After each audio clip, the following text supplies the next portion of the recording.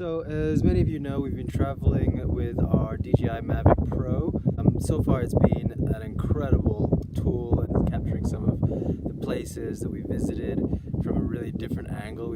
But it wasn't really that straightforward coming into South America, in particular flying into Peru with the drone. So here is our step-by-step guide to both coming into Peru with a drone and then leaving Peru with the drone.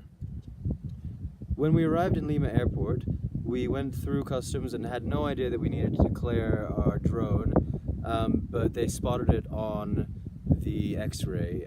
And then based on the value of the drone, we then had to pay like an import tax, which was about 18% of the drone's value.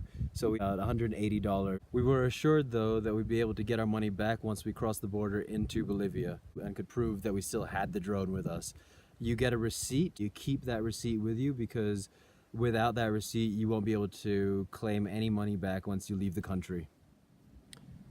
Once we pay the guarantee, it was really fine from there. Some blogs say that you do need a permit to fly the drone in Peru. We weren't flying around populated areas, so the chances of anyone actually pulling us up on it were next to none. Crossing the border to Copacabana from Puno, it wasn't as straightforward really as the customs officials at the airport had initially said it was. The border town where we were crossing to Copacabana wasn't equipped to handle the sort of refund of the guarantee.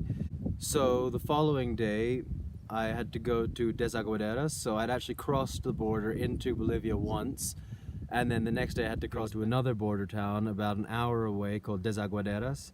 From there I had to go to the Dueño,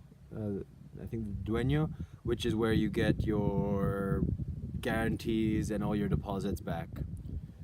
Now drones are still a relatively new concept in Peru, so many of the people weren't really sure of what they needed to do as far as giving me back the deposit was, but thankfully there was one person there who was familiar or knew sort of what was going on and was able to help out with processing the deposit. It did take some time though, because they needed to first send an email to the customs in Lima, the people who had originally accepted my deposit, and they had to just confirm that I was eligible to get the deposit back. Then they needed to contact the bank as well in Lima, and then once they got that confirmation from both the customs and from the bank, I then had to go to the bank in Desaguaderas, or they then had to get confirmation from their branch again in Lima, just to confirm that they could release the deposit.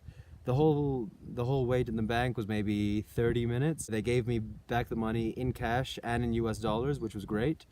And from there I went back to the customs office because they were holding my drone actually at that time. So I went back there, told them that I got the money back, it was all kosher, and then they gave me back the drone.